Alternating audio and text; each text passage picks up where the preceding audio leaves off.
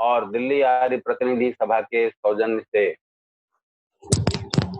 इस वेबिनार के कार्यक्रम में जुड़े हुए सभी विचारशील महानुभाव, कल मैंने आपसे निवेदन किया कि मनुष्य को अपने उपयोग और उपभोग में आने वाली सब चीजों का संस्कार करना पड़ता है, उन्हें स्वस्ति बनाना पड़ता है, उन्हें अच्छा बनाना पड़ता है, तब उसका सुख बढ़ता है। प्रकृति में चीजें अपने मूल रूप में जैसी उपलब्ध हैं उनको वैसा का वैसा स्वीकार करके उसका सुख नहीं बढ़ता।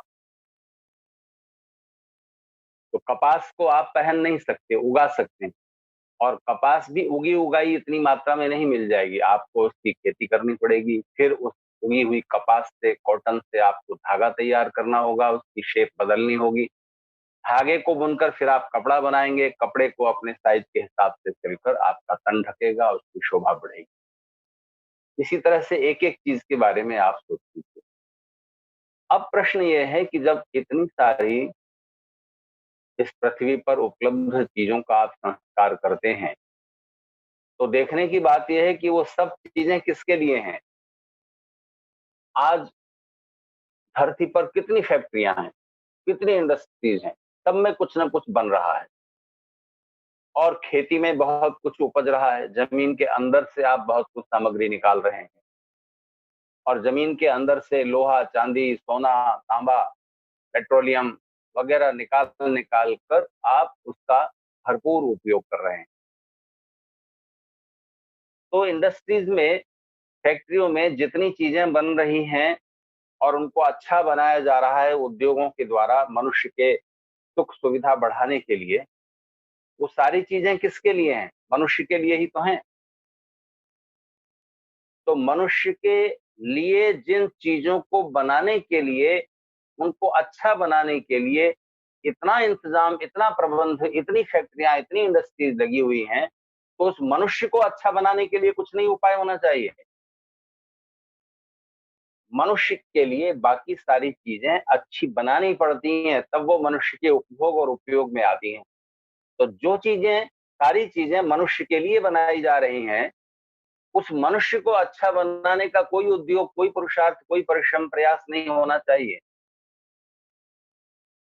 तो हमारे ऋषियों ने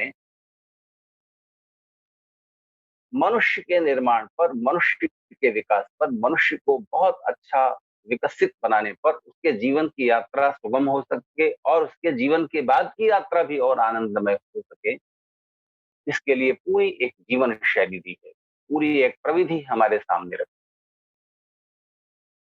हमारे जीवन का विस्तार सिर्फ हमारे शरीर तक नहीं, उसमें और गहरे तल पर बुद्धि, मन और आत्मा है, और इन चारों स्तरों पर विकास की प्रक्रिया होनी चाहिए। तो बच्चे का जन्म जैसे ही हुआ, माता पिता सावधान हो जाते हैं और परिवार के सब लोग बहुत प्रसन्न होते हैं परिवार में एक बच्चे के जन्म पर। लेकिन कल जैसा मैंने आपसे कहा कि जन्म से पहले गर्भ में किसी जीवात्मा के आने से भी और पहले से तैयारी शुरू की जानी चाहिए। ये एक श्रेष्ठ जीवात्मा, एक अच्छे संस्कारों से परिपूर्ण, अच्छे कर्म फलों की संपदा लिए हुए एक जीवात्मा आपके परिवार की शोभा बने। अगर आप किसी श्रेष्ठ आत्मा को अपने यहाँ बुलाना चाहते हैं कि कोई अच्छा संस्कारवान आत्मा आपके परिवार का अंग बने, तो उसके स्वागत की कुछ तैयारी तो कीजिए। तो पहला प्रश्न तो यह है कि क्या हम जीवात्मा को चुन सकते हैं? नहीं चुन सकते। क्या जीवात्मा खुद अपना शरीर चुन सकता है कि मैं किस शरीर में जाऊं? नहीं चुन सकता। अगर ऐसा होता तो हर जीवात्मा इस धरती पर जो बेस्ट मॉडल है किसी भी शरीर का, उसमें ही जाना पसंद करता। मनुष्य के अलावा जो दूसरी पशु पक्षियों की योनियां हैं, वो तो बहुत निम्न स्तर पर हैं, उनमें तो कोई भी जीवात्मा न जाना चाहता। और मनुष्यों में भी बहुत सारे स्तर हैं, तो निचले स्तर पर तो कोई जीवात्मा नहीं जाना चाहता। सब अच्छे ही शरीर को पसंद करते, अच्छे माता पिता, अच्छा परिवार, अच्छी परिस्थिति, अच्छा शरीर किसे पसंद नहीं। तो जाहिर है कि हमारे हाथ के बाहर है। ना तो जो जीवात्मा आ रहा है शरीर में, न वो खुद चुन सकता है, और न हम चुन सकते हैं कि कौन सा जीवात्मा हमारे परिवार में आए। जैसे आप शॉपिंग मॉल में जाते हैं और छांट लेते हैं, सिलेक्ट कर लेते हैं कि इतनी चीजों में से कौन सा कलर आपको पसंद है, कौन सा डिजाइन पसंद है, उस तरह की चीज आप चुन लेते हैं। ऐसा चुनाव संभव नहीं है, क्योंकि वो साफ दिखता है। जिन दार्शनिक विचारधाराओं में जीवात्मा का अस्तित्व तो माना गया है, लेकिन परमात्मा का अस्तित्व स्वीकार नहीं किया जाता, उनकी अपनी चिंतन शैली है। और चूंकि दार्शनिक क्षेत्र में जिन चीजों पर, जिन बिंदुओं पर विचार किया जाता है, वो साइंस से, विज्ञान के क्षेत्र से भिन्न होती हैं। वैज्ञानिक प्रयोगों में, लेबोरेटरी में जो दिख रहा है हमारी इंद्रियों के द्वारा, या इंद्रियों का सामर्थ्य बढ़ाने के लिए जो उपकरण है, माइक्रोस्कोप इत्यादि, उनके द्वारा जो दिख रहा है, जो प्रत्यक्ष अनुभव हो रहा है, उसी का अस्तित्व स्वीकार किया जाता है। जो इंद्रिय गम्य, इंद्रिय गोचर पदार्थ हैं, उनकी छानबीन विज्ञान का लक्ष्य है। तो इसमें वो सफल हो जाते हैं और उसमें मतभेद की गुंजाइश नहीं रहती, क्योंकि प्रत्यक्ष से सिद्ध हो गया कि हाइड्रोजन ऑक्सीजन मिलकर पानी बनता है। तो दूसरा वैज्ञानिक ये नहीं कह सकता कि हाइड्रोजन और नाइट्रोजन मिलकर पानी बनता है। इसलिए नहीं कह सकता, वहां मतभेद की गुंजाइश इसलिए नहीं है कि मिलाकर देख लो ना। हाइड्रोजन नाइट्रोजन को मिलाकर अगर पानी बन रहा है तो दिखेगा ना बनता हुआ, तो ऐसा नहीं दिखता। तो क्लियर हो गया कि सिद्धांत एक ही है कि हाइड्रोजन ऑक्सीजन मिलकर पानी बनेंगे, और उनकी भी कितनी कितनी क्वांटिटी, ये सब निर्धारित हो गया, निश्चय हो गया, क्योंकि प्रयोग में आ जाता है, प्रत्यक्ष दिख जाता है। पर दार्शनिक क्षेत्र में जिन विचारों पर, जिन सत्यों की खोज की जाती है, उसमें प्रयोग करने का, सत्य तक पहुंचने का जो मुख्य आधार है, वो अनुमान है, तर्क है, बुद्धि है, विचार है, चिंतन है। क्योंकि प्रत्यक्ष किया नहीं जा सकता, या किया भी जाए तो उसकी प्रक्रिया बहुत आगे की है, और हर एक को वो अनुभव कराया नहीं जा सकता, इसलिए वहां मतभेदों की गुंजाइश ज्यादा रहती है। तो इस धरती पर बहुत सारे विचारक, दार्शनिक ऐसे भी हैं जो आत्मा का अस्तित्व नहीं मानते, और बहुत सारे दार्शनिक ऐसे हैं जो आत्मा का अस्तित्व मानते हैं तो परमात्मा का अस्तित्व नहीं मानते। लेकिन समस्या का समाधान इन दोनों तरीकों से नहीं होता। अगर आप ये सोचते हैं कि आत्मा नहीं है, तो मुझे बताइए कि हम में, आप में, और आपके सामने रखी टेबल में, पेन में, मोबाइल में, आपके मकान में जिसमें आप रह रहे हैं, आपकी कुर्सी में जिसमें आप बैठे हैं, इसमें क्या फर्क है? दुनिया की जितनी चीजें हैं उनको दो हिस्सों में साफ साफ बांटा जा सकता है। एक चीज वो है जिसको अपने होने का एहसास नहीं है, जैसे आपकी टेबल, आपका मोबाइल, आपका पंखा, आपका एसी, आपका मकान, आपकी कुर्सी, वो हैं, उनका अस्तित्व है, लेकिन उन्हें अपने अस्तित्व का बोध नहीं है, अपने अस्तित्व का एहसास नहीं है कि मैं हूं। पर आप तो अपने होने को अनुभव करते हैं ना। तो जो भी चेतन सत्ता है, ज्ञानवान सत्ता है, जिसको अपने होने का एहसास है, वहां आत्मा है, क्योंकि आत्मा का मतलब ही है मैं। मैं होने का एहसास जहां है। आचार्य नागसेन एक बौद्ध भिक्षु, बौद्ध दार्शनिक, यूनान गए, तो वहां उनके प्रवचन होने लगे, तो उनकी कीर्ति फैल गई और लोग बहुत संख्या में उनको सुनने के लिए आने लगे। एक दिन यूनान का सम्राट मिलिंद भी उनसे मिलने के लिए पहुंचा, और उसने जाते ही पूछा कि भंते, बौद्ध भिक्षुओं को सम्मान के साथ संबोधन में भंते शब्द का प्रयोग करो। तो मिलिंद ने पूछा, भंते, मैं क्या हूं? मैं ये जानने के लिए आया हूं कि मैं क्या हूं। तो नागसेन ने मिलिंद से पूछा कि राजन, आप किस चीज पर चलकर यहाँ आए हैं? पैदल चलकर आए हैं या किसी वाहन से? तो मिलिंद ने कहा कि अंते मैं रथ पर बैठकर आया हूँ। रथ आप जानते हैं ना, एक घोड़े या दो घोड़ों को आगे जोड़कर पीछे जो गाड़ी रहती है, उस पर एक चलाने वाला सारथी रहता है और पीछे जो बैठा है रथ पर जाने के लिए वो बैठा है, तो उसे रथ बोलते हैं। तो आप किस पर बैठकर आए हैं? तो राजा ने कहा कि मैं रथ पर बैठकर आया हूं। तो नागसेन ने पूछा कि आप बता सकते हैं कि रथ क्या है, क्या घोड़े रथ हैं? तो राजा ने कहा नहीं, घोड़े रथ नहीं है, घोड़े तो रथ को खींचते हैं। तो जो दो डंडे जो घोड़ों के कंधों पर गर्दन पर रख दिए जाते हैं, जिनके कारण घोड़े रथ को खींचते हैं, वो डंडे रथ हैं? नहीं, वो तो रथ को घोड़ों से जोड़ने वाली चीज। तो जिन चमड़े की रस्सी से घोड़ों को कंट्रोल किया जाता है कि इधर मुड़ना है, रोकना है,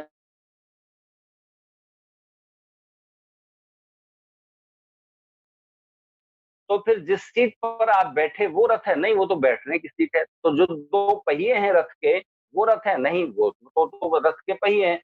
उन दो पहियों को जोड़ने वाला जो एक मोटा डंडा है, वो रथ है? नहीं, वो तो दो पहियों को जोड़े हुए। तो फिर रथ क्या है?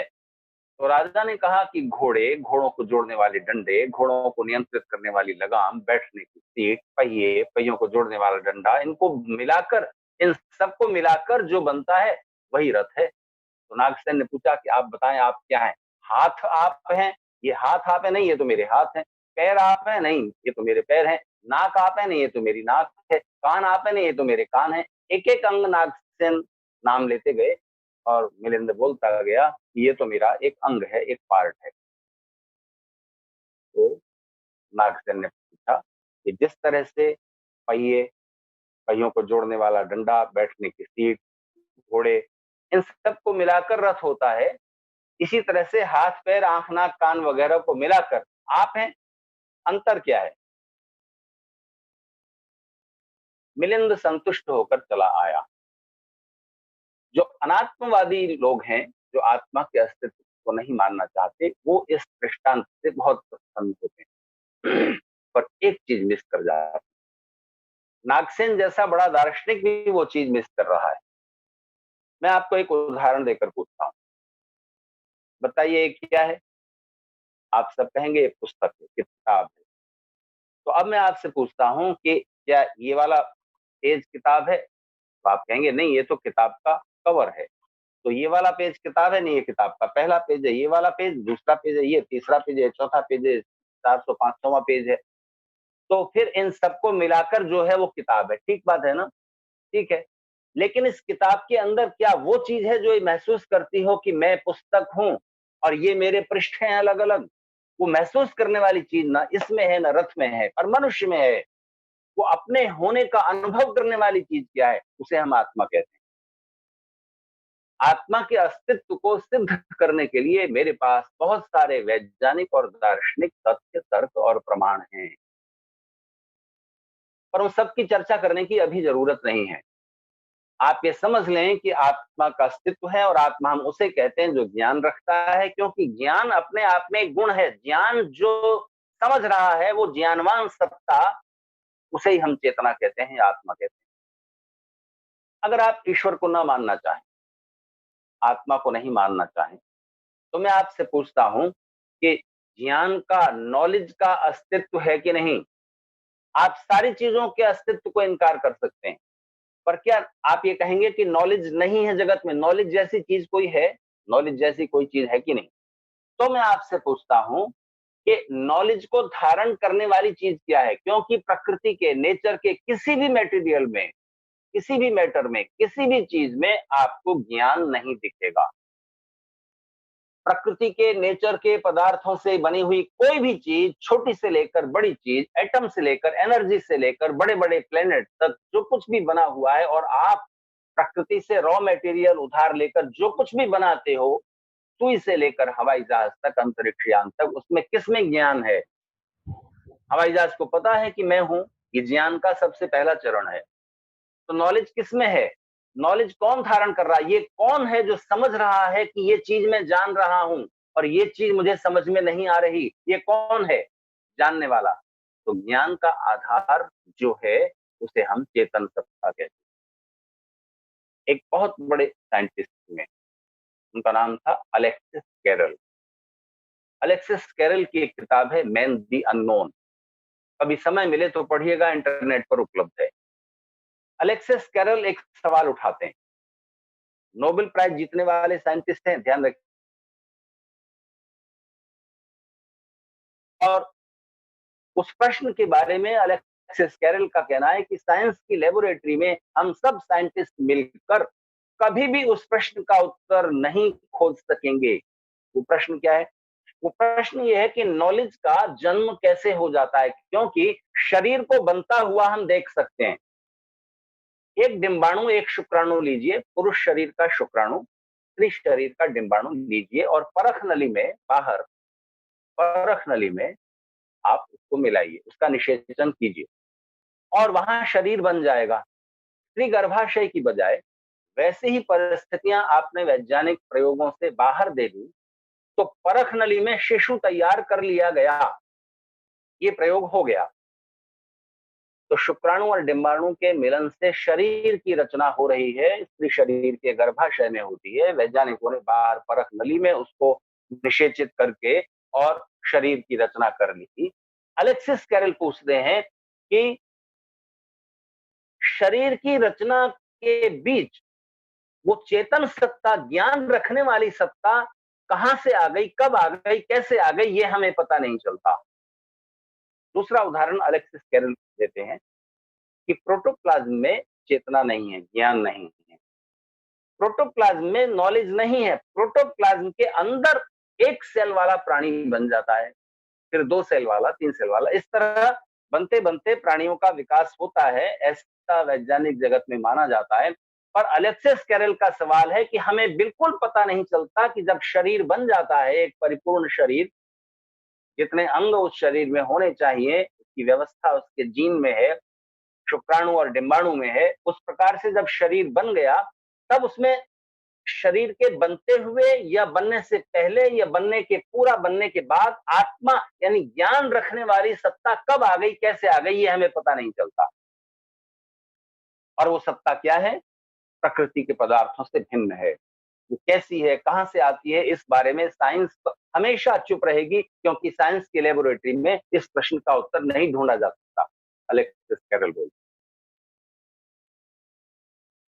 तो आत्मा का अस्तित्व आपको स्वीकार करना पड़ता है। मैं आपको एक उदाहरण और देना चाहूंगा।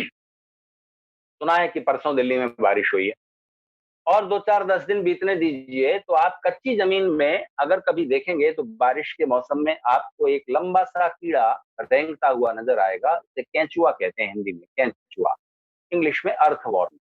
कॉपर के कलर का, तांबे के रंग का वो प्राणी होता है, इतना बड़ा, और रेंग रेंग कर चलता है, अपने पिछले शरीर को आगे बढ़ाता है, फिर अगले शरीर को आगे धकेलता है, इस तरह घिसट घिसट कर चलता है। उस केंचुए को आप पकड़िए और एक बायोलॉजिकल पॉइंट है उसको समझ लीजिए और तेज धार वाले चाकू से उसको बीच में से काट दीजिए। जब आप उसे बीच में से काट देते हैं तब आप समझते हैं कि क्या हो जाता है, वो मरता है? नहीं, उसके 2 पीस कर दिए आपने, उन थोड़ी देर में वो दोनों चलने लगते हैं। तो देखिए, मान लीजिए ये केंचुआ है, अब इस पूरे शरीर में एक आत्मा, एक चेतन तत्व है जो इस पूरे शरीर को अपना शरीर समझता है। यहां पिन चुभो तो उसे तकलीफ होगी और बचने की कोशिश करेगा, इधर पिन चुभो तो उसे तकलीफ होगी और बचने की कोशिश करेगा, इधर पिन चुभो तो उसे तकलीफ होगी और बचने की कोशिश करेगा। पूरा शरीर उसका अपना है, पूरा शरीर का नर्वस सिस्टम उसको सूचना देता है और जो भी केंद्र में सत्ता है उस शरीर के, वो महसूस करती है कि शरीर मेरा है और इस शरीर में यहाँ पर दर्द हो रहा है और उस दर्द से, दुख से वो बचने की पूरी कोशिश करता है। अब आपने बीच में से उसे काटकर अलग कर दिया, थोड़ी देर में 2 केंचुए बनकर चलने लगते हैं। अब इस शरीर में आप पिन चुभोइए तो इसको तकलीफ नहीं, इसको चुभोइए तो इसको तकलीफ नहीं, लेकिन इन दोनों में अपनी अपनी चेतना है। विज्ञान ये पता नहीं लगा सकता कि पहले वाला चेतन तत्व चला गया, दोनों शरीरों में दूसरे नए चेतन तत्व आए हैं, ये पहले वाला इसमें नया आ गया, ये इसमें पुराना है, इसमें नया आ गया। ये जानना साइंस की लेबोरेटरी में संभव नहीं। मेरा आपसे कहना है कि शरीर अलग चीज है, आत्मा का अस्तित्व शरीर से अलग है। आत्मा वो है जो इस शरीर में आया है और इस शरीर को अपना समझता है और इस शरीर का वो अधिष्ठाता है। इस शरीर में कहीं भी दर्द तकलीफ हो, इस शरीर को पूरा वो अपना समझता है, सुख पाने की चेष्टा करता है, दुख से बचने की चेष्टा करता है। तो जहां ये चीजें मिलें, सुख दुख का अनुभव, दुख का अनुभव, दुख का अनुभव, ये चीज मेरे लिए सुखद है, ये चीज मेरे लिए दुखद है, ये ज्ञान। ये चीज सुखद है तो इसको पाने का प्रयत्न, और ये चीज दुखद है इससे बचने का प्रयत्न। सुख दुख इच्छा द्वेष ज्ञान और प्रयत्न, ये 6 चीजें, और करना न करना और उल्टे ढंग से करने की आजादी, ये जहां पर है वहां आत्म तत्व एक स्वतंत्र सत्ता, चेतना, ज्ञान रखने वाली। पंखा आपके ऊपर घूम रहा है, उसे नहीं पता कि वो घूम रहा है, और वो नहीं स्वतंत्र है इस बारे में कि वो ये तय करे कि मैं ऐसे ऐसे घूमते थक गया वैसे घूमूंगा, ये नहीं चलता। तो आपके आसपास जितनी भी मशीनरी हैं जो चेतन जैसी प्रतीत होती हैं, आपका कंप्यूटर, वो लगता है कि आपके ब्रेन के बहुत सारे काम कर देता है, लेकिन वो बहुत सारे काम करता है पर फिर भी उसके अंदर ज्ञान नहीं है। मैं आपको एक उदाहरण दूं। अगर आप मुझसे पूछें कि यजुर्वेद के 15वें अध्याय के 10वें मंत्र में क्या कहा गया है, बताइए। मैं आपसे कहूंगा मुझे तो नहीं मालूम। आप पूछें गीता के तीसरे अध्याय के 5वें श्लोक का अर्थ क्या है, तो मैं कहूंगा मुझे नहीं मालूम। किताब लाइए, तो थोड़ा संस्कृत पढ़िए, उसका अभिप्राय जानने की कोशिश करूंगा। इतना सामर्थ्य नहीं है वैदुष्य का मेरा कि मैं वेद का भाष्य कर सकूं, इसलिए मुझे भाष्यों की शरण लेनी पड़ेगी। ऋषि दयानंद ने क्या कहा है, सारणाचार्य ने क्या कहा है, महीधर क्या बोलते हैं, ग्रिफिथ मैकडॉनल्ड क्या कहते हैं। तो मुझे उन भाष्यों की, उन कमेंट्रीज की जरूरत पड़ेगी, तब मैं अर्थ समझ पाऊंगा। लेकिन आप कंप्यूटर पर किसी एंशियंट साइट पर जाइए, थोड़े 2-4 बटन आप दबाएंगे इंटरनेट से जुड़कर, और आपका कंप्यूटर आपको 1 मिनट में बताएगा कि गीता के तीसरे अध्याय के 5वें श्लोक पर स्वामी चिन्मयानंद क्या कहते हैं, स्वामी समर्पणानंद जी क्या कहते हैं, डॉक्टर राधा कृष्णन क्या कहते हैं, लोकमान्य तिलक क्या कहते हैं। 1 मिनट में वो सारी सूचनाएं आपके सामने स्क्रीन पर रख देगा।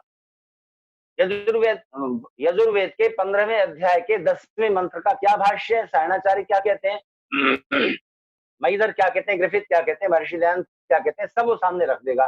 तो आपका कंप्यूटर आपसे ज्यादा विद्वान है, क्या समझते हैं आप? कंप्यूटर को पता है कि मैं क्या ये बता रहा हूँ? क्या कंप्यूटर ये डिसाइड कर सकता है कि सायण, महीधर और ऋषि दयानंद के अर्थों में कौन सा ज्यादा सही है?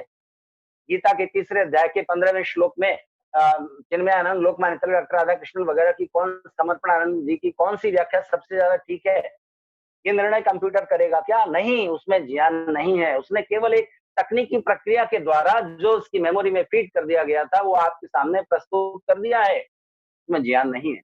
तो जहां ज्ञान है वहां आत्मा है। और ध्यान दीजिए, ये बात प्रत्यक्ष सिद्ध है कि कोई भी आत्मा अपनी इच्छा से किसी शरीर में नहीं जा सकता।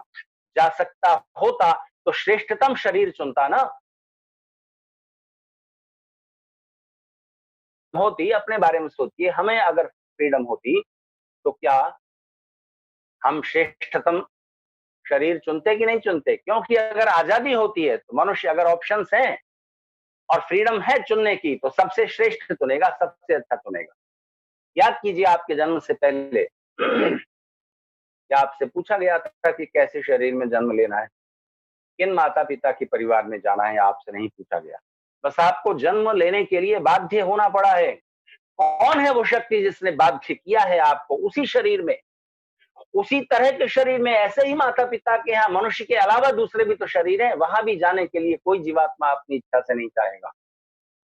इसलिए जो दार्शनिक कहते हैं कि जीवात्मा अपने आप प्रवेश कर जाता है, अपने आप वो गर्भ चुनता है, इसके पीछे कोई भी सार्थक सटीक तर्क नहीं है, बुद्धि संगत नहीं है, प्रत्यक्ष संगत भी नहीं।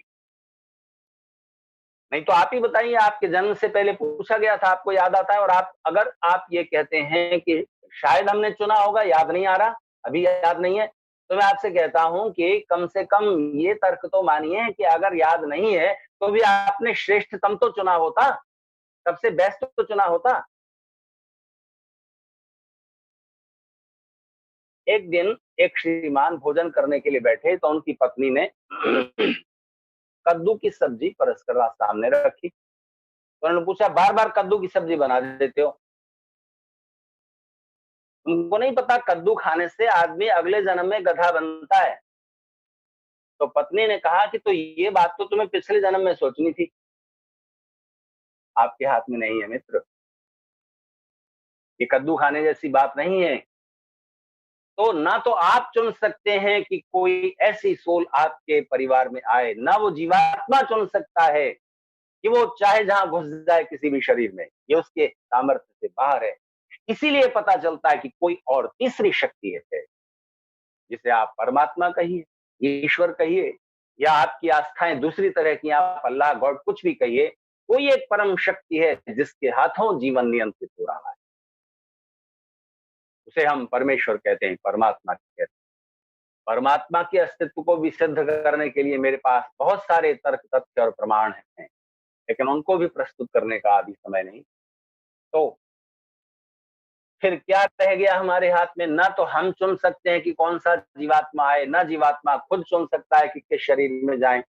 तब ऋषियों ने व्यवस्था क्यों की है कि आप गर्भाधान संस्कार करें, और जब आप कंसीव करेंगे उससे भी पहले से कुछ तैयारी होनी चाहिए। तो कुछ परिस्थितियां तो दीजिए कि एक श्रेष्ठ आत्मा आ सके। तो सबसे पहली बात देखने की है कि आपका जीवन कैसा है, आपके विचार कैसे हैं, आपका कर्मफल क्या है।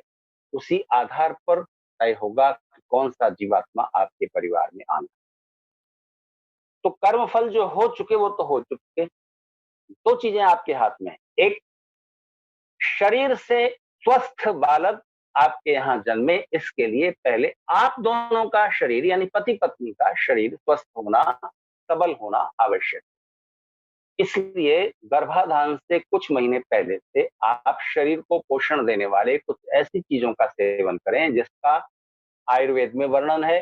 कुछ संकेत ऋषि दयानंद ने संस्कार विधि में भी किया है। उन चीजों को आप खा सकते हैं, शरीर का बल बढ़ा सकते हैं, शुक्राणुओं की संख्या बढ़ा सकते हैं और उनका सौष्ठव अच्छा कर सकते हैं। उसकी प्रविधि हमारे प्राचीन आयुर्वेदाचार्यों ने प्रस्तुत की है, आप उसका आश्रय लें। पौष्टिक पदार्थ सामान्य रूप से जो है वो लें, थोड़ा व्यायाम आदि करें, जीवन को संतुलित संयम पूर्ण बनाएं, सेलिबेसी रखें, 2-3 महीने पहले से ब्रह्मचर्य रखें। इसके बाद जब आप कंसीव करेंगे, गर्भाधान करेंगे, तो उससे पहले आपके पास एक उपाय है और वो है प्रार्थना। क्योंकि ना तो जीवात्मा अपने आप गर्भ चुन सकता है कि मैं कहाँ जाऊं, किस शरीर में प्रवेश करूं, ना आप सिलेक्ट कर सकते हो कि इतनी जीवात्माओं के बीच ये वाला मुझे दीजिए। नहीं, आपके हाथ में, बस आपके हाथ में प्रार्थना है। एक तो शारीरिक और वैचारिक परिस्थिति उत्तम कर लीजिए, और आप सिर्फ कामेच्छा के साथ संतान उत्पन्न करेंगे तो ध्यान दीजिए वो एक्सीडेंटल संतान है। आप उतरे कामेच्छा से थे और संतान बीच में आ गई क्योंकि वो प्राकृतिक नियम है, तो वो एक्सीडेंटल हुआ, संयोगवश आना। वो आपकी तैयारी नहीं थी। फिर तो जैसा भी आ जाए, फिर तो संयोग हो गया ना, आपने एक हाथ मारा आंख बंद करके और जो कुछ भी आपके हाथ लग गया। तो फिर तो आपका पिछला कर्मफल और आपसे रिलेटेड लोगों के कर्मफल, उस जीवात्मा का कर्मफल, ये सारी चीजें काउंट करेंगे। लेकिन उसमें थोड़ा सुधार कर सकते हैं आप नए कर्म से। शारीरिक कर्म, शरीर का पोषण, ब्रह्मचर्य, और विचारों की उत्तम स्थिति, और तीसरे प्रार्थना। तो गर्भाधान संस्कार का यज्ञ है, उसमें जिन मंत्रों से आहुतियां दी जाती हैं उसमें पूरा गर्भ विज्ञान छिपा हुआ है, जिस पर अभी रिसर्च बाकी है, पर फिर भी काफी कुछ तथ्य उसमें से निकल करके आए। गर्भाधान के बाद फिर 2 संस्कार होंगे, पुंसवन और सीमंतोन्नयन। गर्भाधान हो जाने के बाद भी जब तक बच्चे का जन्म नहीं होता, पति पत्नी को ब्रह्मचर्य का सेवन करना है, सेलिबेसी रखनी है, प्रेम बनाए रखना है। सीमंतोन्नयन संस्कार में, पुंसवन में, फिर से आप दोनों का शरीर पुष्ट रहे, क्योंकि आपके पोषण पर बच्चे का पोषण निर्भर है। खासतौर से माता के शरीर के स्वास्थ्य पर बच्चे के स्वस्थ शरीर का होना निर्भर है। इसलिए भोजन में सावधानी, क्या क्या खाना है। गर्भाधान के कुछ समय बाद ही ऋषि दयानंद ने संस्कार विधि में कुछ हर्ब, कुछ जड़ी बूटियां लिखी हैं। उनमें से कुछ मैं आपको बता देता हूँ। सौंठ आप सबके घर में उपलब्ध है, जो अदरक को सुखाकर बनती है। सौंठ, काली मिर्च, छोटी पीपल, आपने अगर न देखी हो, छोटी पीपल नाम से जो भी जड़ी बूटियां बेचते हैं वो पंसारी के किराना, खारी बावली जाएं दिल्ली में या आपके शहर में मिल जाएंगी। छोटी पीपल प्रसिद्ध है, कोई भी किराने की दुकान वाला जानता है, जो जड़ी बूटियां रखता है बेचने के लिए। सौंठ, काली मिर्च, छोटी पीपल, और उसमें ब्राह्मी लाइए। ब्राह्मी भी एक हर्ब है जो बुद्धिवर्धक है। ब्राह्मी लाइए, हो सके तो गिलोय भी ले लीजिए अगर आप सहन कर सकें, क्योंकि थोड़ा कड़वी होती है। इन चीजों का पाउडर बना लीजिए और 1 चम्मच पाउडर, 1 गिलास दूध आपको पीना है सुबह, 1 गिलास शाम को, उसमें डालिए दूध में और 1 गिलास पानी मिला दीजिए और तब तक पकने दीजिए जब तक पानी जल जाए। धीमी आंच पर पानी जल जाए, दूध शेष रह जाए, उस दूध को पीजिए। ये झंझट लगता है आपको तो इतना कीजिए कि वो 1 चम्मच पाउडर ऐसे फाँक लीजिए और ऊपर से दूध पीजिए। ये उस स्त्री के लिए लाभदायक है, पोषक है और बच्चे के शरीर के लिए बुद्धिवर्धक भी है। तो ये उपाय तो आयुर्वेदिक हो गया, चिकित्सा विज्ञान से संबंधित हो गया, लेकिन निरंतर आपको आध्यात्मिक विचारों में, अच्छे विचारों में रहना है। ऐसी पुस्तकों का अध्ययन करें जो आपके मन को प्रसन्नता देंगी। तो क्रोध दिलाने वाली बातें, जो स्त्री एक बच्चे को जन्म देने की तैयारी में है, उसके आसपास वातावरण ऐसा न होने दीजिए कि उसे क्रोध आए या उसको उत्तेजना हो, या और इस तरह की बातें, डर, भय इत्यादि, इस तरह के विचार उनके आसपास यथासंभव न होने पाए, उनके मन में न उठने पाए। ऐसा प्रयास पति को करना है। अमेरिका में इंडियाना स्टेट में गायनेकोलॉजी का एक बहुत बड़ा इंस्टीट्यूट है जिसका नाम है किन्से इंस्टीट्यूट। वहां की इंचार्ज थी जून राइनिश। जून राइनिश ने 180 प्रेग्नेंट स्त्रियों पर एक प्रयोग किया। विचारों का महत्व आपको बता रहा हूं। 180 गर्भवती स्त्रियों पर उन्होंने प्रयोग किया कि वो ये जानते हैं कि वैज्ञानिक तथ्य है, आप भी जानते होंगे कि जब आप अलग-अलग भावनाओं में होते हैं, तो आपके शरीर में जो ग्लैंड्स हैं, हार्मोनल ग्लैंड्स हैं, ग्रंथियां हैं, वो अलग-अलग तरह के हार्मोन्स निकालती हैं। जब आप गुस्से में होते हैं या डरे हुए होते हैं, पीछे कोई आपको मारने के लिए भाग रहा है, रिवॉल्वर लिए हुए, और आप भाग रहे हैं बचने के लिए, डर की अवस्था में, या आप बहुत गुस्से में हैं, किसी को मार डालना चाह रहे हैं, इतना गुस्सा है आपको, कुछ तोड़ देना चाह रहे हैं, तब आपके शरीर में एक एड्रेनलिन ग्लैंड है, वो एड्रेनलिन नाम का एक हार्मोन स्राव करती है। तुरंत वो हार्मोन निकल आता है और ब्लड में मिक्स हो जाता है। इसीलिए गुस्से की हालत में आप उस चीज को तोड़ डालेंगे, उस मजबूत चीज को जो आप सामान्य हालत में नहीं तोड़ सकते। उतना तेज भाग लेंगे, किसी का पीछा करते हुए या किसी से बचने के लिए आप इतना तेज भाग सकेंगे जितना तेज आप जिंदगी में कभी नहीं भागे थे और कब से नहीं भागे थे। ये एड्रेनलिन का प्रभाव होता है। तो जब गुस्सा आया या आप डरे तो एड्रेनलिन नाम का हार्मोन का स्राव हुआ और आपके शरीर में मिक्स हो गया। जब आप प्रेम में होते हैं, प्रेम की भावना में होते हैं, तो अलग तरह के हार्मोन्स निकलते हैं। जब आप प्रसन्नता में होते हैं, अलग तरह के हार्मोन्स निकलते हैं। तो जून राइनिश ने यह प्रयोग किया कि इससे उल्टा भी होता है। आपको अगर क्रोध के समय जब एड्रेनलिन का स्राव होता है, तो एड्रेनलिन का अगर इंजेक्शन दिया जाए तो आप बिना कारण गुस्सा होने लगेंगे। कारण कुछ नहीं है आसपास परिस्थिति में, ना किसी ने गाली दी है, ना आपका कोई नुकसान हुआ है। आप बिना मतलब घर में बैठे-बैठे अपने शोर पर गुस्सा और चिड़चिड़ाने लगेंगे। एड्रेनलिन का प्रभाव। तो विचारों से, जैसे विचारों में आप हैं, उससे आपकी हार्मोनल ग्लैंड्स एक्साइटेड होती हैं और वैसे हार्मोन्स निकालती हैं। तो जैसे विचार में आप हैं, वैसे ही विचारों के हार्मोन शरीर में निकलेंगे और उनका प्रभाव मस्तिष्क पर होगा, मन पर होगा, शरीर पर होगा। तो जून राइश ने 180 गर्भवती महिलाओं पर गर्भावस्था के दौरान अलग-अलग तरह के हार्मोन के इंजेक्शन दिए, उनकी अनुमति लेकर। अलग-अलग तरह के हार्मोन्स के इंजेक्शन देने के बाद जब उन बच्चों का जन्म हुआ तो उसका प्रभाव पाया गया, वो बच्चे वैसे ही स्वभाव के हो गए जैसे हार्मोन्स करके उन्हें इंजेक्शन दिए गए। ऋषियों की प्रक्रिया प्राकृतिक, स्वाभाविक, सहज है। सिर्फ आपको अपने विचारों में सावधान रखना है ताकि उस तरह के हार्मोन्स का स्राव ना होने पाए स्त्री के शरीर में, गर्भवती स्त्री के शरीर में, जिनका दुष्प्रभाव बच्चे के मन और मस्तिष्क पर पड़ेगा। तो गर्भाधान संस्कार, पुंसवन और सीमंतोन्नयन तीनों उस बच्चे के जन्म से पहले और गर्भावस्था में ये संस्कार किए जाते हैं। पुंसवन होगा दूसरे तीसरे महीने में, सीमंतोन्नयन होगा चौथे से पांचवें छठे महीने में, जब आपको समय सुविधा हो। सीमंतोन्नयन संस्कार ये याद दिलाने के लिए है कि आप बियॉन्ड द फिजिक प्रेम कर सकते हैं कि नहीं, शरीर के पार प्रेम कर सकते हैं कि नहीं। तो वहां पर कुछ विधियां हैं, उन विधियों के कुछ संदेश हैं।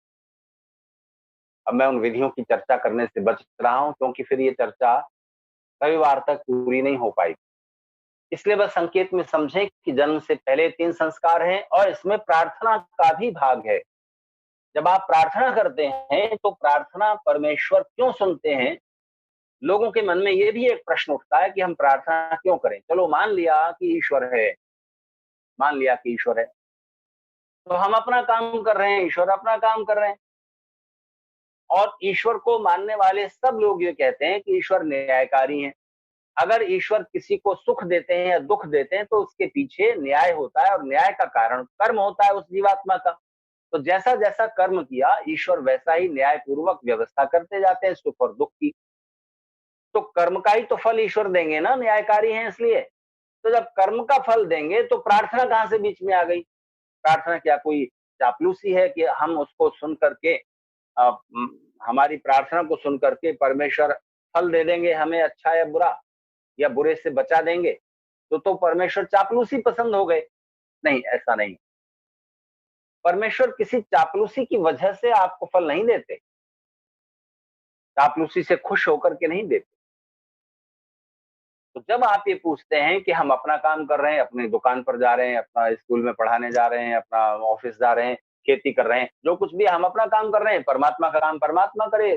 धरती घूमती रहे, फूल खिलते रहें, सूरज टाइम पर उगे, बारिश हो, ये सारे प्राकृतिक व्यवस्था ईश्वर के हाथ में। तो ईश्वर करे और कर्म फल देता रहे। प्रार्थना बीच में कहाँ से आती है? प्रार्थना अगर करते भी हो तो उसका फल किस आधार पर होगा? तो मैं आपसे कहता हूँ, प्रार्थना भी एक कर्म है, प्रार्थना भी एक एफर्ट है। तो जो सिर्फ शारीरिक कर्म कर रहा है परमेश्वर उसका भी फल देंगे, लेकिन जो प्रार्थना रूपी कर्म कर रहा है परमेश्वर उसका भी फल देंगे। तर्क से समझिए। आप अच्छी तरह जानते समझते हैं कि शरीर के द्वारा किए गए परिश्रम की बजाय बुद्धि से किया गया परिश्रम ज्यादा महत्वपूर्ण है, ज्यादा इंपॉर्टेंट है, ज्यादा वैल्यूएबल, ज्यादा मूल्यवान। एक मजदूर के परिश्रम में और एक इंजीनियर के परिश्रम में अंतर है कि नहीं? क्या अंतर है? मजदूर सिर्फ शरीर से परिश्रम कर रहा है और इंजीनियर बुद्धि से के साथ परिश्रम कर रहा है। इसलिए पारिश्रमिक में भी अंतर हो जाता है, उसकी वैल्यू में फर्क, परिणाम में अंतर है। तो शरीर से किए गए परिश्रम की बजाय बुद्धि से किया गया परिश्रम ज्यादा महत्वपूर्ण और मूल्यवान है। तो जब मन लगाकर कोई कार्य किया जाता है तब वो आर्ट बन जाता है, कला हो जाता है, कलात्मक ढंग से होता है। जब आप मन लगाकर काम कर रहे हैं, आप बिना मन के भोजन बनाइए और मन लगाकर बनाइए, प्रेम से बनाइए, दोनों में फर्क नजर आ जाएगा। कभी कुछ खास मेहमान आ रहे होते हैं तो जिस तरह से गृहिणियां मन लगाकर भोजन बनाती हैं, कुछ और नई चीज बनाने की चेष्टा करती हैं, तो भोजन भी कला बन जाता है, कलात्मकता होती है उस दिन भोजन में। उस दिन जिस दिन कुछ खास मेहमान आ रहे हैं उस दिन झाड़ू भी कुछ अलग ढंग से लगेगी, उसमें भी कलात्मकता आ जाएगी। तो शरीर से किए गए परिश्रम की बजाय बुद्धि से किया गया परिश्रम ज्यादा महत्वपूर्ण मूल्यवान है। बुद्धि और मन को जोड़कर जो परिश्रम किया जाता है उसका महत्व और भी अधिक है, और भी अधिक है। तो ध्यान दीजिएगा, बुद्धि, मन और आत्मा को जोड़कर किए जाने वाले पुरुषार्थ परिश्रम का नाम प्रार्थना है। दुनिया के सबसे कठिन कामों में से एक। सब तरफ से मन हटाकर प्रार्थना में मन को एकाग्र कर दे। एफर्ट है, पुरुषार्थ है। तो जितनी देर प्रार्थना की, जितनी डेप्थ से की, उतना फल हो जाए। तो गर्भाधान संस्कार के मंत्रों में आप प्रार्थना करते, हे प्रभु, ऐसा जीवात्मा भेजिए जो हमारे समाज का, हमारे देश का एक अच्छा नागरिक। और हम आपसे वायदा करते हैं कि जो भी जीवात्मा आप हमारे शरीर, हमारे परिवार में भेजेंगे, इस मनुष्य शरीर में भेजेंगे, उसको हम जीवन के विकास की श्रेष्ठतम परिस्थितियां प्रदान करेंगे। कि आपने गर्भाधान से 2-3 महीने पहले से प्रमाणित किया है, क्योंकि आप इसकी साधना कर रहे हैं कि एक अच्छा जीवात्मा आपके परिवार में आए। और एक्सीडेंटल चाहिए तो आपकी मर्जी, रोक तो कोई सकता नहीं। तो जब आप सब कुछ अच्छा अच्छा चाहते हैं, कार खरीदने जाओ, आप अपने बजट के अनुसार जो बेस्ट हो सकता है वो चुनेंगे, कपड़ा खरीदने जाओ बेस्ट चुनेंगे। और इतनी बड़ी परिघटना, तो मैं आपसे कहता हूं कि मनुष्य का जन्म साधारण बात नहीं, एक साधारण घटना नहीं है कि कोई जीवात्मा मनुष्य शरीर में आने की तैयारी में है और आप उसे एक मंच दे रहे हैं, एक स्थान दे रहे हैं, एक परिस्थिति दे रहे हैं। आप भी माध्यम बन रहे हैं परमेश्वर के सृष्टि कार्य में। इसलिए इस काम को छोटा न समझना।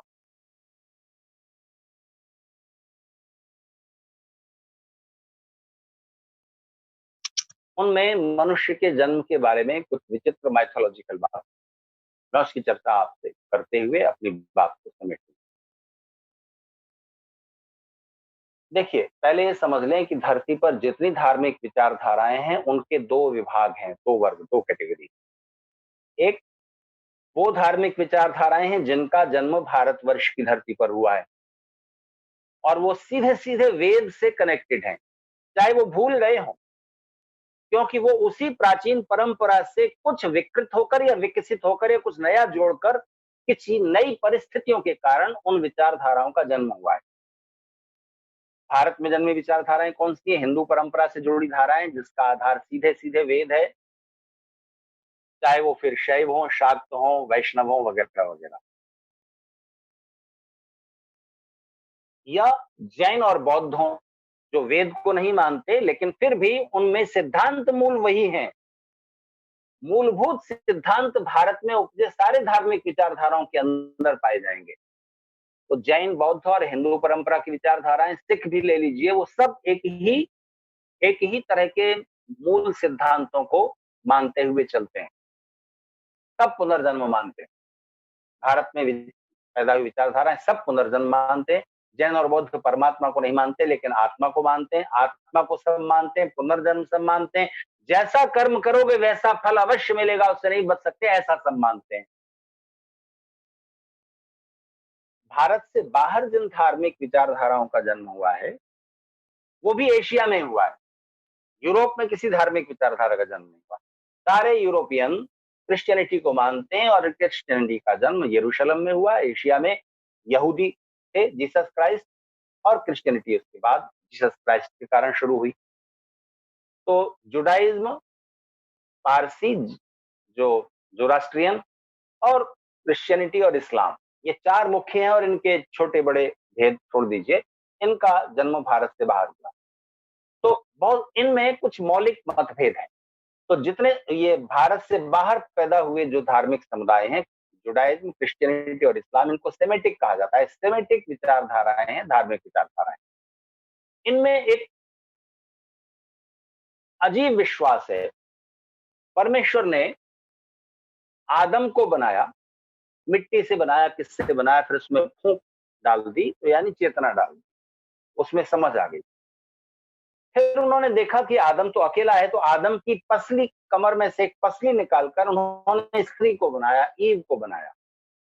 और आदम और ईव को उन्होंने अदन के बगीचे में, स्वर्ग के बगीचे में प्रेषित कर दिया और कहा कि यहाँ रहो, आनंद करो, मौज करो, मस्त रहो।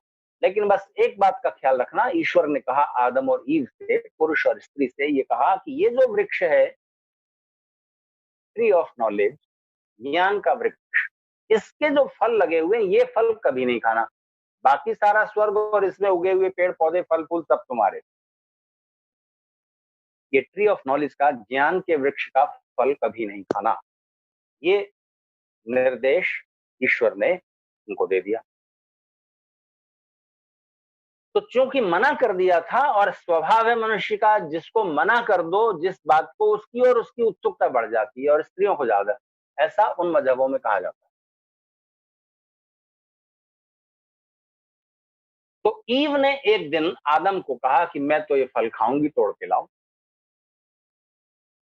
आदम ने कहा कि भगवान ने मना किया है कि ये फल नहीं खाना। ईव ने कहा कि नहीं नहीं, भगवान कहाँ देख रहे हैं, बस ये खा लो, ले आओ। और ईव को उकसाया था शैतान ने। उन मजहबों में ईश्वर के पैरेलल, भगवान के पैरेलल एक शैतान का भी अस्तित्व है, जो आदमी को गलत रास्ते पर ले जाने की चेष्टा करता है। तो शैतान का कॉन्सेप्ट है उनके यहाँ। तो शैतान ने सांप का रूप धारण करके ईव को बहकाया कि ये फल तो बड़ा मजेदार है, इसको तो जरूर खाओ। तो ईव जिद पर आ गए, उसने कहा कि नहीं, मैं तो ये फल खाऊंगी। तो आदम ने मजबूरी में फिर वो फल तोड़ा और दोनों ने उस फल को खाया। तो उन्हें ये ज्ञान हो गया कि हम वस्त्रहीन हैं, हम नग्न हैं। बड़ा भारी ज्ञान मिला। आप सोचो, ज्ञान के वृक्ष का फल ने क्या ज्ञान दिलाया कि हम वस्त्रहीन हैं। तो ये ज्ञान मिल गया उनको, तो उन्होंने पत्तों के कपड़े बनाकर पहन लिए। तो भगवान को पता चल गया कि इन्होंने इस ज्ञान के वृक्ष का फल खा लिया है। तो भगवान बहुत नाराज हुए और उन्होंने आदम और ईव को स्वर्ग के बगीचे से धकेल कर धरती पर फेंक दिया और कहा कि जाओ, अब तुम धरती पर रहोगे, स्वर्ग के बगीचे से तुमको फेंका जाता है, निकाला जाता है। और चूंकि ईव ने ज्यादा अपराध किया था, ईव ने ही जिद की थी और उकसाया था आदम को फल तोड़ने के लिए और फल खाने के लिए, इसलिए ईव को यानी स्त्री को ये शाप दिया कि तुझे हमेशा हमेशा 18 तरह की तकलीफें जिंदगी भर भोगनी पड़ेंगी। उनमें से एक तकलीफ संतान को जन्म देते समय जो तकलीफ होती है, गर्भ धारण करते हुए जो कष्ट उठाना पड़ता है, और उसके बाद संतान का पालन पोषण करने में मलमूत्र साफ करना और ये सब और बहुत सारी तकलीफें गिनी है, 18 सब मुझे याद नहीं। वो 18 तरह की तकलीफें स्त्री को जिंदगी भर भोगते रहनी पड़ेंगी इस अपराध की वजह से जो ईव ने किया था। एक तो कोई बहुत बड़ा भारी अपराध हमें नहीं लगता, दूसरे किया था ईव ने, भर रही हैं आने वाली सारी स्त्रियां। ये कहाँ का न्याय है भाई? हमने आपने तो नहीं किया था ना, वो तो आदम और ईव ने किया था, जो पूर्वज थे उन्होंने किया, उनको दंड दो ना, अंत काल के लिए डाल दो नरक में, कुछ करो। बाकी बाद में होने वालों का क्या अपराध है, उनका तो कर्म नहीं है ये। लेकिन नहीं, बस उनका विश्वास है। तो ईव को 18 तरह की तकलीफें स्त्री को झेलनी पड़ती हैं, उसमें से गर्भ धारण करना। तो इसका मतलब ये निकला ना कि संतान को जन्म ना दो। इसीलिए जब पेन किलर का और ऐसे एनेस्थीसिया और ऐसी चीजों का आविष्कार जब हुआ चिकित्सा विज्ञान में, पश्चिमी चिकित्सा विज्ञान में, तब ईसाई समुदाय ने, चर्च ने उसका पुरजोर विरोध किया कि आप ये क्या कर रहे हो। इस तरह तो भगवान का जो अभिशाप है स्त्री को कि उसको दर्द भोगना ही भोगना है संतान को जन्म देते हुए, वो दर्द शांत करने की दवाएं नहीं होनी चाहिए। आप भगवान के शाप में रुकावट बन रहे हो। तो भगवान का शाप ही कैसा, भगवान की व्यवस्था ही कैसी जिसे आप चेंज कर सकते हो? आप दर्द शामक दवा देकर के दर्द शांत कर सकते हो, तो भगवान की ओर से शाप कैसे मान लिया जाए फिर वो? ये सारी धार्मिक बातें जब तर्क का आधार न लेकर के केवल विश्वास के आधार पर चलती हैं, तो ये मनुष्य को अंधविश्वास की ओर ले जाने के सिवा कुछ नहीं करती। और उसका दुष्परिणाम ये होता है कि इन धार्मिक समुदायों में आपस में संघर्ष शुरू हो जाता है। हम ये मानते हैं, हम ये नहीं मानते, हम ये मानते हैं, हम ये नहीं मानते। और वो सिर्फ मानते हैं, जानते नहीं है। जानने के लिए तो आपको तर्क का, बुद्धि का प्रयोग करना पड़ेगा। और विज्ञान ने जो तथ्य खोजे हैं उनको आप इग्नोर नहीं कर सकते। दर्शन के क्षेत्र में जब आप अनुमान से, तर्क से, बुद्धि से, विचार और चिंतन से किसी सत्य और असत्य की परीक्षा कर रहे हो, तो आपको विज्ञान से खोजे गए तथ्यों को छोड़ना नहीं पड़ेगा। उनकी रोशनी में जो प्राप्त हो गया ज्ञान, उसको साथ रखते हुए आप दार्शनिक चिंतन करेंगे। तो चूंकि 8:30 बज गए हैं, इसलिए मैं अब अपनी बात समेटता हूं। उन मजहबों में संतान को जन्म देना अभिशाप के कारण हो सकता है, जो दर्द तकलीफ झेलना वो ईश्वर का अभिशाप हो सकता है। लेकिन आपकी परंपरा बोलती है कि कोई भी स्त्री, विवाहित स्त्री और विवाहित पुरुष परमेश्वर के सृष्टि कार्य में सहभागी बन रहे हैं। बड़ा सौभाग्य है, इसको छोटी घटना नहीं मानना। आप परमेश्वर के सृष्टि कार्य में माध्यम बन रहे हो, उसको उसी गंभीरता से लीजिए। और कोई एक जीवात्मा न जाने किन किन शरीरों में होता हुआ आपके परिवार का हिस्सा बनने आ रहा है, मनुष्य शरीर में आ रहा है, ये बड़ी घटना है। इसलिए इसको पूरी पूरी तत्परता के साथ, पूरी आध्यात्मिकता जोड़ते हुए, इसको केवल एक भौतिक घटना ना बनने दीजिए कि शुक्राणु और डिम्बाणु का मिलन हुआ तो ऐसा तो परख नली भी पैदा कर देती संतान को। आप एक स्त्री और पुरुष, एक मनुष्य हैं, इसलिए आपको इसमें आध्यात्मिकता का समावेश करना है। वैचारिकता का समावेश करना है। तो गर्भावस्था के दौरान आप ऐसा वातावरण बना के रखें कि वो गर्भवती स्त्री प्रसन्न रहें। उनको ऐसी पुस्तकें अध्ययन करनी है। टीवी पर अगर देखना है फ़िल्म या सीरियल तो ऐसा कुछ देखना है जो हॉरर ना हो, डरावना ना हो, कामोत्तेजक देने वाला ना हो, षड्यंत्रों से भरा हुआ ना हो, मन को शांति, प्रसन्नता देने वाली कहानियाँ भी हैं, हज़ारों-हज़ार हैं। तो आप ऐसे अच्छे फ़िल्म, अच्छे दृश्यों को देखें। परिवार के सब लोगों को स्त्री के साथ बहुत अच्छा व्यवहार करना है। खाने-पीने के लिए न जाने क्या-क्या खा जाऊँ ऐसी इच्छा होगी, लेकिन खाना है वो जो स्वादिष्ट तो हो, लेकिन पोषक हो और अच्छे आराम से डाइजेस्ट होने वाला हो। तो इन सारी विधियों का भी वहाँ उन संस्कारों की विधि में निर्देश किया गया है। तो जन्म से पहले 3 संस्कार, आने वाले संस्कारों की बाद में आने वाले दिनों में चर्चा करूँगा। और आप अपने जीवन को और अपने बच्चों के जीवन को किस तरह और अधिक उन्नति की ओर ले जाने में समर्थ हो सकते हैं, इन बिंदुओं पर मुझे आपसे चर्चा